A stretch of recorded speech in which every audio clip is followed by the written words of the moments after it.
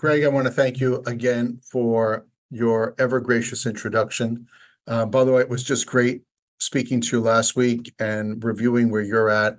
A lot to be talked about in terms of the crazy health ecosystem, its fragmentation, and as we talked about last week, how it sometimes puts people's lives at risk.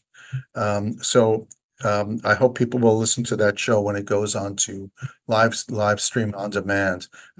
We're doing a first this time, Greg. This is the first time we've had someone back on the show for a third time, and I often want people to come back, but there's many people to speak to. John Nosta is someone who we make sure is back again and again. As many of you know, John is, well, he is really at the cutting edge of innovation. He's a disruptor, but not. He's really, I think, someone who has the ability to sort of peek around those corners and bring those what's ahead into our present. John, if you follow him, is a very frequent columnist on Psychology Today. I highly recommend people make sure that they're tracking with him on X, formerly known as Twitter, and LinkedIn. He's very gracious. He takes his Psychology Today articles, which are frequent. I think he mentioned he's written just this month alone about 20 different pieces on topics that are very important to him and to us. And we're going to explore that a little bit with John. John also has been on the road quite a bit, so it's great to get him in the States. John has been in Venice. He's been in Poland. I'm sure he's been in a number of other cities. He really has become one of those in high demand speakers where industry wants to make sure he is in the room, kicking off national meetings, marketing meetings, C-suite meetings, sales meetings, and getting people to think. He is confronting their, I would say, their staid approach to what is, and talking about what should be and what is around the corner. As I mentioned before, John, thank you so much for coming back and joining us for a third time. I think you've just come back from Warsaw. Is that correct? Yes. The first time there? What a first time there. What a fascinating place. And historic. It teaches us that sometimes we have to view our reality through different lenses, and the traditional American lens or the EU lens, or even beyond just EU and Eastern Europe, they look at the world differently, and that impacts the way they interpret contemporary themes such as technology and AI. So it's a learning, and I think the reason why I'm on the show for the third time is because I not only speak but I listen, and I think that I'm trying to change my name. I'm thinking maybe I should be Gajan. It's a Yiddish name, Gil, because we've got G words, right? It's Gil. It's Greg, Greg, Gajan, right? It's a made up name. I will talk about the Poland and Warsaw and Eastern. And I'm Polish, right? So it was a bit of going home, which was really nice. I could understand that. It's fascinating because we tend to think, particularly in the United States, there's a bit of a narcissistic view of American technology. I mean, obviously, Google, Microsoft, Apple. But when we really take a look often at people who are practically pushing the envelope on the application of information technologies, it's Eastern Europe. It's Romania, it's Ukraine, it's Poland, it's Russia. And I do think our sense of greatness in this part of the world maybe even holding us back. I think when it comes to scale of idea, building, Apple into a behemoth, or Microsoft or Google, it's understandable. We build scale. But on a granular level, when I speak to people who are involved in technology in Ukraine and Kharkiv, on an individual level, they're pushing the envelope on the application of the technologies. Did you find that on the recent visit? Yeah, Gil, and I think you've touched on something that is integral to what's going on here. I spend a lot of time talking about hypotheticals and 30,000-foot views, but what people are hungry for are practical applications of this technology. LLMs are smart and sexy and appealing, and they're a novelty in many instances. Look, I wrote a poem, or I did this. So what people are very hungry for, and I think that's around the world now, it's clear to me, that people want practical applications. And to the people that work at AI, and particularly large language models, I think what we need to do is not hit a home run. I think that's too much. Get on base, I'm with you. right? I'm with you. And oftentimes, and what I found very interesting in Poland is that it's not, the I word is not innovation. That's good. That's important. But sometimes their economy, their social structure, their healthcare system is not disposed for that. The other I word is implementation. That's the I word. And so I think that was very critical that, okay, so we have an LLM, it's accessible, it works.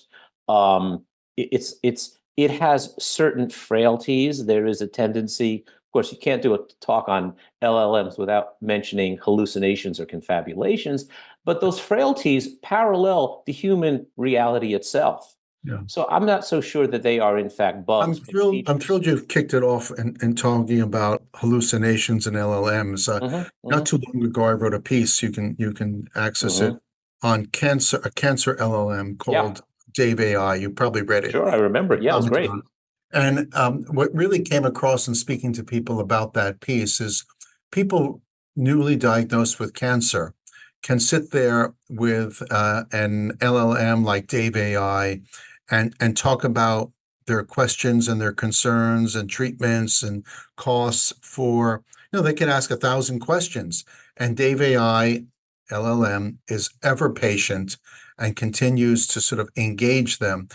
Try to imagine doing that with your doctor or the physician's assistant in the doctor's office, asking, 20 It's, questions you for an know, hour and getting engagement. I don't see that happening. it I is just, it I don't is see that it, happening. it is functionally impossible. We have to recognize that, when we look at the frailty of technology systems like large language models, we have to look at that in the light of the frailty of the human construct.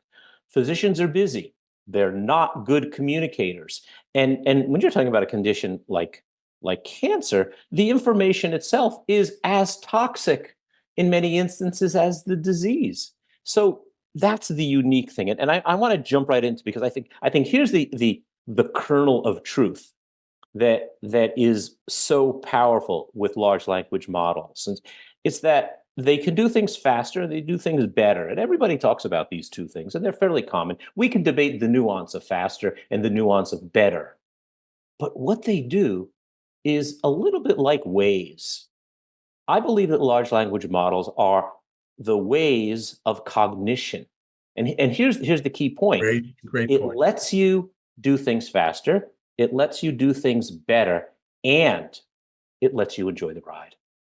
I don't know about enjoying the ride per No, se, come but on. I will I say, think that. this.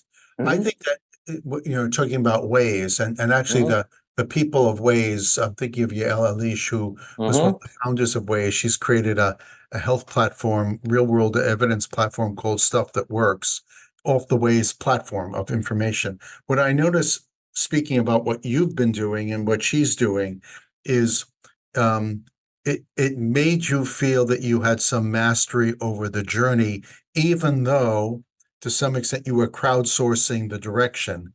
And I think that the crowdsourcing the direction we've always liked, you know what it's called?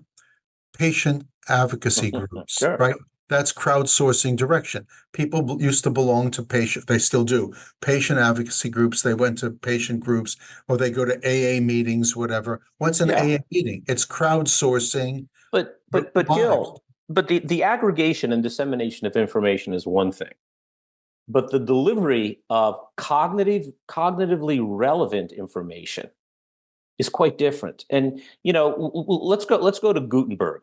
Okay, we had type and and a book, and we could disseminate that type of information. That was the first of the information precipice that we jumped off. The second was Google, where it was the dissemination of facts. Both of these are dynamics based upon facts. They're simple reactions. Where we are now is the third transition into a cognitive iterative dynamic. It's the unlocking of thought. It's not the unlocking of facts. It's thought. It's cognitive. And I'm going to go back. I want to push on that a little bit because, of course, an iterative dialogue on cancer may not be enjoyable, but we can make learning enjoyable, the process of learning, because I could have it delivered to me in Spanish, in English, I could have it delivered to me in Shakespearean English, as poetry, at whatever level. You and I know, Gil, we've both done patient tear sheets for the person on a statin. That's written by demand as a fifth grade level. None of the people who receive a statin are in the fifth grade. So it's essentially written to no one. But what LLMs, like the one you mentioned, it provides this unique dialogue, this iterative dialogue that sparks the genius within. It's tuned to the creative frequency of your brain. Now, and if you're talking about physics or math or Shakespeare, oh yeah, it lets you enjoy the ride. It's a cognitive ride. And that's fundamentally transferable at the level of Gutenberg, You, Google, and you know, LLM. you said a word that I don't know if all of our listeners can appreciate this, because it's a word that we need to monitor for, which is, sort of LLM hallucination. And obviously, people involved in the system are mindful of, sort of LLMs making it up a little bit, right? That's also possible. And so the system has to be on the alert for the hallucination to sort of like engage and correct. And that I find is a unique element to this conversation, to your awareness of that. I don't think hallucinations are bad. I actually think it keeps humanity on its toes, because it means that there's a lifeguard to the technology. We're not just sort of saying, oh, hands up, I give up. Let's let the LLM model Okay. engage. So your hypothesis here is that the hallucination triggers a reactive posture to keep humanity on guard. In theory, Okay, it should. I see the point. I think that these models are extraordinary. Okay, they're extraordinary, and the ability to conjure things that may be outside of the domain of human interpretive capabilities is extraordinary. I believe that hallucinations are features and not bugs. Picasso, great artists, looked at the world differently and gave us a perspective that one would argue was a hallucination, a functional hallucination. So I'm Absolutely. very careful to give LLMs. People want to give LLMs lobotomies. So do we take out the bad stuff? Well, that's ridiculous, because we are the sum total of the good and bad in our lives, and in many ways, the bad defines us more than the good. I love this. I love this, John, because, to some extent, when we take a look at imagination, or, each Hmm. of us has created for ourselves an alternative reality. Now, we Hmm. Of we course. we don't necessarily transverse life on a fact basis. What you meant and I interpreted is subject to the big question mark of life. You might have said, I didn't mean that way. I'm interpreting it that way, and I create my own fact-based reality. So to Well, some extent, when yeah. Picasso looks at the devastation of Guernica, and paints his vast masterpiece, people could say, well, it wasn't abstract. It wasn't that stark, it wasn't that black and white. But for Picasso, his reality was Guernica, was the painting Guernica. It was unique. I mean, his cubist perspective was in part a function of the emergence of the theory of relativity and the actual disruption of the fabric of time and space. So he was informed in these things. In fact, you know, I'm just curious about where these models can conjure. I believe that there will come a time, there may be a time now, where the output of certain large language models will not be fit for human consumption. Not fit for human consumption, because What do you mean? Tell us what you mean. our cognitive, well, first of all, we live in an illusion. Your fact-based reality is different than my fact-based reality, yet we cling to the idea that it's a fact-based reality. My dog smells 40 times greater than I do. The bear that was just captured down the road smells 3,000 times greater than I do. Our vision, our hearing is lousy, yet we rely on the stethoscope as an arbiter to hear an S3 gallop or a 1/6 systolic ejection murmur. That's a reality that is largely mythological, I would argue. So large language models, particularly multimodal large language models, the ones that can see and hear and talk, are conjuring a reality that may exist beyond the perceptual ability of humans. how do we even manage that? We live in a myth, we live in an illusion to a large degree. And do we want to have access to that broader reality through the context of technological augmentation? Of course we do. It's like putting glasses on. Without my glasses, I can't see. But I Right. use technology to see a world that's there, but I can't see. That's the technology. That's the reality of large language models, Gil. I think that it is the third fundamental window into reality. The I've first was got the to ask you, telescope, you're out second there, was the microscope, and the third is LLMs. you're out there, you're traveling to South America, you're Mhm, traveling throughout Europe. Obviously you're in for very good reason, great demand. You get mhm. people thinking. By the way, I have to thank you for our listeners. They may not know that John actually not only is doing what he does because it is his calling, it's his profession, but John, a few months ago, flew down to Florida to speak to a patient group just to help them, the Marfan Foundation, and I was in that audience. They're still talking about that session as Gil, provocative. let's stop right there. Okay, let's stop right there because I want to follow up on that. And thank you for your kind words. Voltaire said that you don't judge a person by their answers. You judge a person by the questions they ask. And when I met with the Marfans group, they're brilliant. They had great questions. So it really was the nature of the questions. And that's what an LLM is about.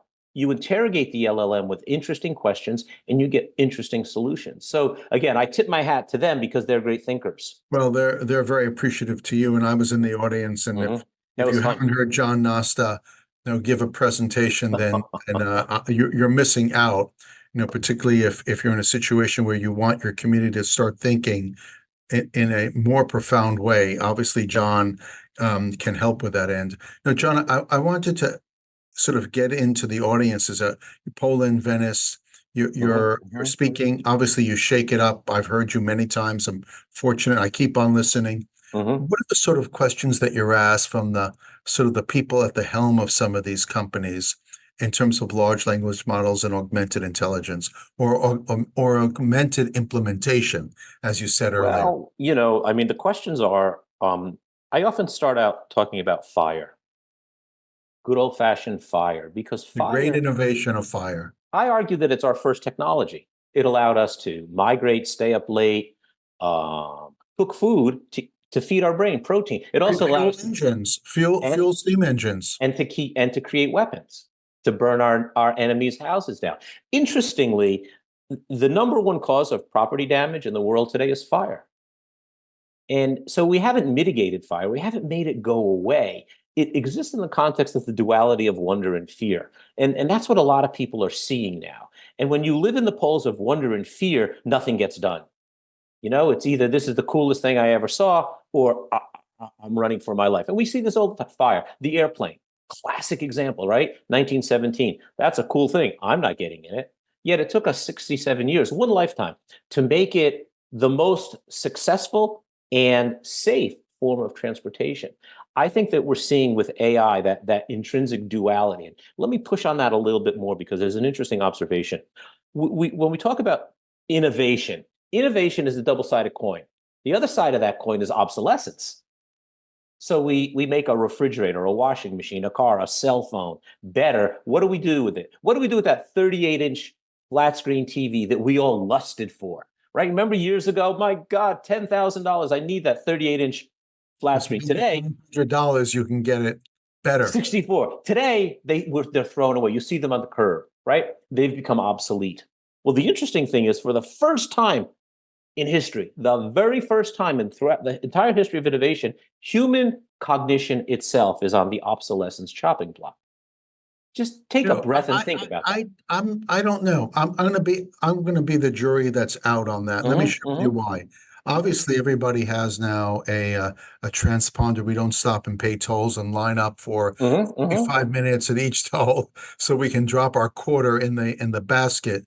We just zoom through. And in many cases, the tolls are gone. It's just picking up the reading from your car, and you're still going 65 miles an But that's hour. digital, Gil. That's digital. Okay, but let me play that out. So all those people who sat there in the toll booths who collected your quarter or took Hmm. change, Hmm. they're not Hmm. they're not there any longer. But I always say when people say, hey, the horse's carriage got rid of blacksmiths, correct? Correct. Right. But what happened? We needed mechanics, right? We needed auto Oh, mechanics. oh, We needed oh, I people. mean, We just, the myth is that the pie is cut into smaller pieces, right? That's wrong. The reality is the circle gets bigger.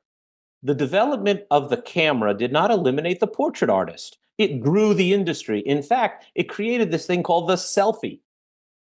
And no one even knew the selfie was going to happen when Brady did his pictures of World War II. yeah, Today, it's a new industry. But the uh, point is, but the point is, Civil War, Gil, Civil War. what did I say? Civil War. Yeah.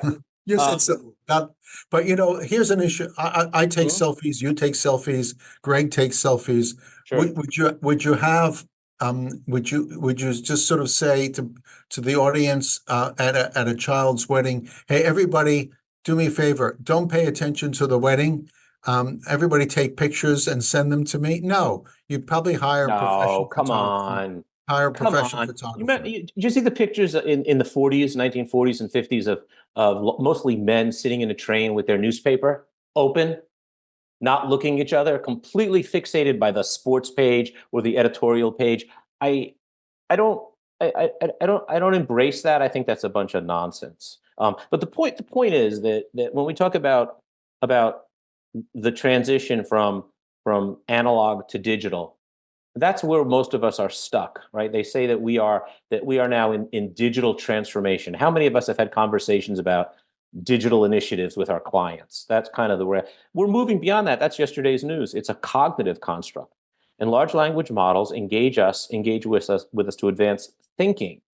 So look, all the models, Gil, if you look at any of the basic tests on intelligence, they are surpassing human cognitive skills. That's why I believe that human cognition in its current form is on the obsolescence chopping block, hence leading us to that duality of wonder and fear. So it's complicated, no doubt about it, but I'm also It's extraordinarily complicated, but optimistic about it. the reality is the human capacity to imagine and implement is remains unexplored and untapped. And what makes a Stephen Jobs, or John Nosta, and other people who they distinctly are. I think that in each era we've had people with incredible, Mm. expansive, insight, and they've applied that, But what and makes Claude that's what Claude? we do. What But makes Claude? What makes Claude Claude? What makes GPT GPT? There is a complex electrical neuroanatomy that is emerging here. Look, when our brain. Now I'm not talking about the soul. I'm talking about consciousness. Okay, when you're yes, dead, you're dead. Your consciousness turns off like a light bulb, right? And it's quite profound. Our consciousness is an epiphenomenon of neurochemistry. It's electrons. It's neurotransmitters. It's on-off switches. And this is completely analogous to these models, these large language models. So I think that we might see a new type of sentience. It's not human. Don't fall down the path of anthropomorphization where we would try to align all these features with a human form. It might be completely different. But the magic of it is that the operating system of our brains, our cognitive operating systems of our brains align with this tool, and that's language. Our brains, as you said, our brains are marvelous machines. They're absolutely incredible. They're optimized physiologically, they're optimized cognitively. We don't fatigue like our legs. We don't have lactic acid mediated fatigue. We could be on a phone call for hours, as Gil, you and I have, and at the end of that phone call we are completely invigorated. We're not as I am tired. from this conversation, quite bluntly. But again, We only have a few moments but the left. point I want to make here, Gil, real quickly, is our brains are lonely. Our brains are lonely. For thousands of years, they haven't had a partner. LLMs are the perfect partner to enhance human I cognition. love the partnership. I can't, Mhm, I agree with you on that 100%. So we've got a few seconds left. You've been mhm, on a mhm. third time. First of all, I see a fourth time coming up in your destiny without plugging that into ChatGPT and asking. But Mhm. what's the next hot thing on your radar screen that you're thinking about right now? You haven't really sort of mined it like you did LLMs. What's next for us? Well, I think interestingly, it's a step back. It's the ability to implement large language models with some level of functional success. Let's get them into the hospital. Let's start looking at writing information, not information that is highly subjective and fragile, but a patient discharge summary or information for a patient on a statin. Write it for the 65-year-old electrical engineer and put in a bar chart. And my goodness, how about a p-value? That might be appropriate. So that's what I think is going to be important. I also think You're back to that I word again, I sense. implementation, because right now it's people just sort of shrug their shoulders and say that's cool. But I really think we need to get on base, hit a double, get on base. And there's lots of opportunities. That's happening now. It's absolutely happening now. And then of course there are broader issues around safety that are going to be debated. That's a tough decision. I worry that a lot of us get our information about large language models from one single source, and that's the Terminator that came out of Hollywood. Everybody, we've been chatting with John Nosta, John, who really travels around the world and really talks about the application of technologies that we create, and obviously we have yet to mine to their fullest potential. We've been talking about large language models, LLMs, and I would recommend, if you're listening to this particular show, wait till it gets to on demand, download it, share it with your colleagues, and better yet, invite John Nosta into your community. You will be pushed to go to places where you need to go. John, thanks so much for joining Greg. Thank you, Gil and Greg. You do a great job, and you're the sounding board that really brings this information back at you, buddy. Thank you. Awesome. Hang on one sec.